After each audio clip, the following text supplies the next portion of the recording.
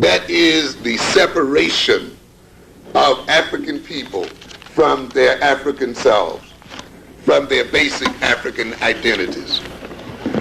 When you have an identity, it is difficult for another person to impose a set of values on you, because having a positive identity and a solid identity is a defense against being penetrated by alien forces. A positive identity functions to locate us in the world, in space and in time and in history. A positive identity gives us a sense of purpose and a sense of direction. A positive identity provides us with self-knowledge and direction. A positive identity provides us with a sense of belongingness. When we say we are African, we are not merely identifying ourselves as individuals. We indicate that we belong to a people, to a culture, to a nation, that we belong to a system of values, a system of perceptions, a system of behavior, folkways, and mores. A system, an identity permits us to cooperate with other people. It permits us to understand what role we must play within a particular group. An identity permits us to know our own interests. An identity permits us to provide ourselves with an evaluative system, permits us to evaluate what is going on in the world. An identity provides us with a defense against possession. I've often said that we cannot be African and be slaves and subordinates of other people at the same time. We cannot be fully identified and at one with our African identity and be subordinate to another people. The European, of course, recognized this immediately. That is why when we talk about our slave history, we often talk about the destruction of African culture. We talk about the rewriting of black history as an attempt again of destroying the African culture and an African personality. We recognize that the destruction of that personality, the separating of us from our culture, the separating of us from our history, is a separation of us ultimately from our identity. It means a split and a schism is created in the personality. When a schism and a split is created in the personality, the individual is made exceedingly uncomfortable. It is the first rule of brainwashing. When you wish to brainwash a person, when you wish to transform their personality, you break them from their old personality. You break them from their old moorings. You make them question and doubt their previous culture and their previous learning.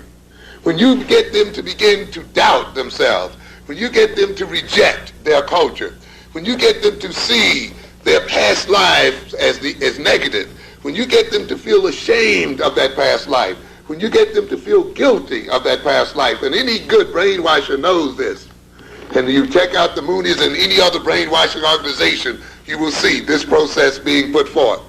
Once you get that, the individual then is left in a tremendous state of confusion, in a tremendous state of ambivalence.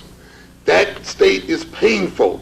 It motivates the individual then to seek some kind of relief, to seek some way out.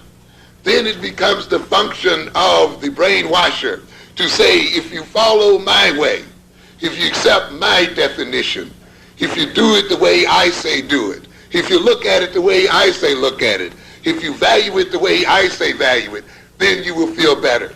See how happy we are. And often in these quasi-religious brainwashing places, you see the people running around smiling, and they're all glory, and they're all happy, and they're all loving, and they're all, and here's this confused person cut off from family, cut off from his community, cut off from everything he's known, and is filled with pain, and yet these people seem to be so loving, they seem to be so brotherly, they seem to be so sisterly. Then let me get what they have. And of course these people are here to say, see, if you thought the way we thought, if you look at things the way we look at it, you'll be happy, you'll be one, you'll be accepted. Then often the individual then accepts the values and the orientation of the brainwashing group and then becomes a part of that group. The splitting then of the African personality is a necessary process in inculcating into that personality an alien personality, an alien spirit, creating the personality of servitude. It makes possible then, in that African personality, that is the split African personality, makes it possible then for the African to begin to believe the lies, to accept the European distortions, to accept European reality, to accept then the stereotypes the Europeans have projected. And it's very interesting as you ride the subways today, and it becomes an embarrassing event to watch our youngsters use the degrading term they use again and again, so loudly, so unself-consciously. When I grew up, the idea of using this term in public, the idea of letting white folk hear you using that term, letting any other group of people hear you referring to yourself by that term, was unbelievable. But now this seems to be the coin of the realm. And we hear it all the time. Yeah, that nigga did, that nigga that. And, it just goes again and again and again. People must have been destroyed in many ways to talk about themselves in public and to be this way so loudly and so clearly. You must then break the African person from his African identity in order for this to happen. And this, of course, is what happens. Nature abhors a vacuum, we say. In other words, where there's a vacuum, there's an attempt for that vacuum to be filled in some way or another. And of course, we see that when we suck sodas with a straw, we create a vacuum, of course, and that vacuum sucks into it whatever we are drinking. When you create a vacuum in the personality by separating the African personality from its African identity, then there is an attempt for that personality to suck into itself something else, to fill its emptiness.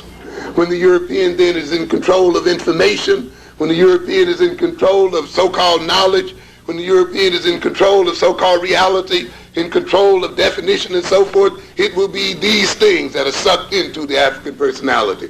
When the European projects lies as truth, there will then be these lies sucked in through the vacuum of the split African personality and accepted as truth.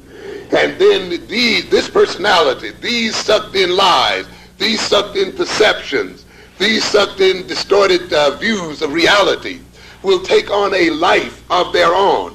They will take on a structure and an organization and represent themselves as a personality.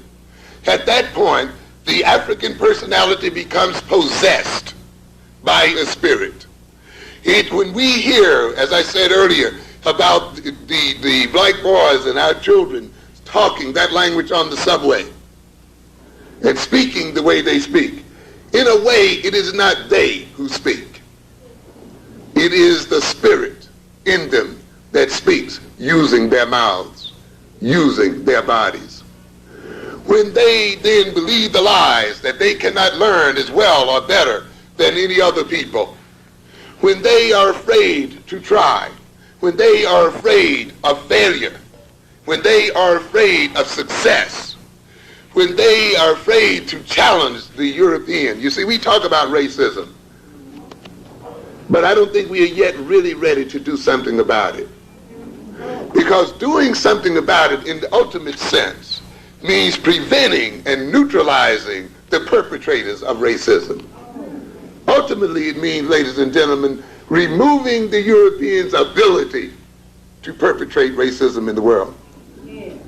Not getting the European to love us, not getting the European to so assimilate with us or to accept us, but getting the European in a position where no matter how scandalous he is in terms of us, he can do a doggone thing about it.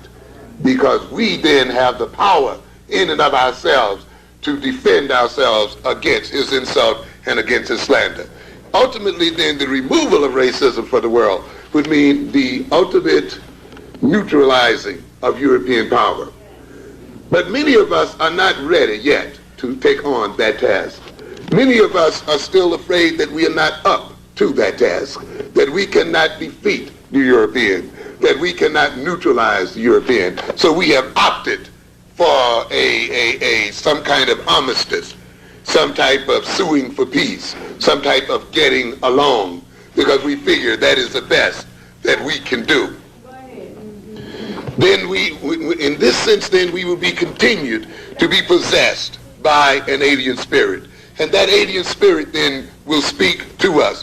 When we then fail to believe in ourselves as people, it is because that spirit has taken over us, and it says to us what the European has said: you can't succeed. You can't run the world on your own. You're incapable of having a culture. Without us, you wouldn't have VCRs. You wouldn't have TVs because, see, you're not technical, and you know you love it. You wouldn't have compact disc, and you know you're into your music, you see, and you wouldn't have this, and you wouldn't have that.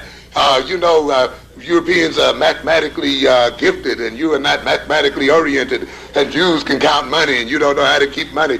That means that there's a spirit in us, and that spirit whispers to us, and it keeps us from attempting many of the things that we should attempt.